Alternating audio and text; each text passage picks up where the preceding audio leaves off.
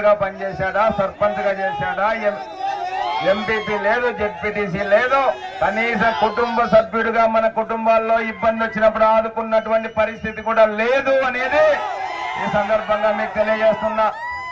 అటువంటి వ్యక్తి రోజు డబ్బు సంతులు ఇచ్చి టికెట్ తీసుకొని కళ్యాణదుర్గంలో దిగాడు.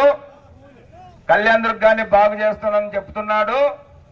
ఏదో రకంగా మాయమాటలు చెప్పి మోసం చేసి అధికారంలోకి గెలిచి కళ్యాణదుర్గాన్ని లూటీ చేయాలనే ఆలోచనతో ఊరి బయట డేరా వేసుకొని పనిచేసుకొని కూర్చున్నాడనేది మనమందరం చూస్తున్నాం. అందుకోసం మనం ఖచ్చితంగా మన పాలిట నీళ్లు రాకుండా శాపమైనటువంటి ఇతన్ని రేపు రాబోయే రోజుల్లో కళ్యాణదుర్గం నియోజకవర్గాన్ని దోపిడీ చేసే దానికోసం డేరా వేసుకుండా కూర్చున్నటువంటి ఇతన్ని తరిమి కొట్టాల్సిన అవసరం ఉంది అనేది సందర్భంగా మనం తెలియజేస్తున్నాం. మేము మాత్రం గట్టిగా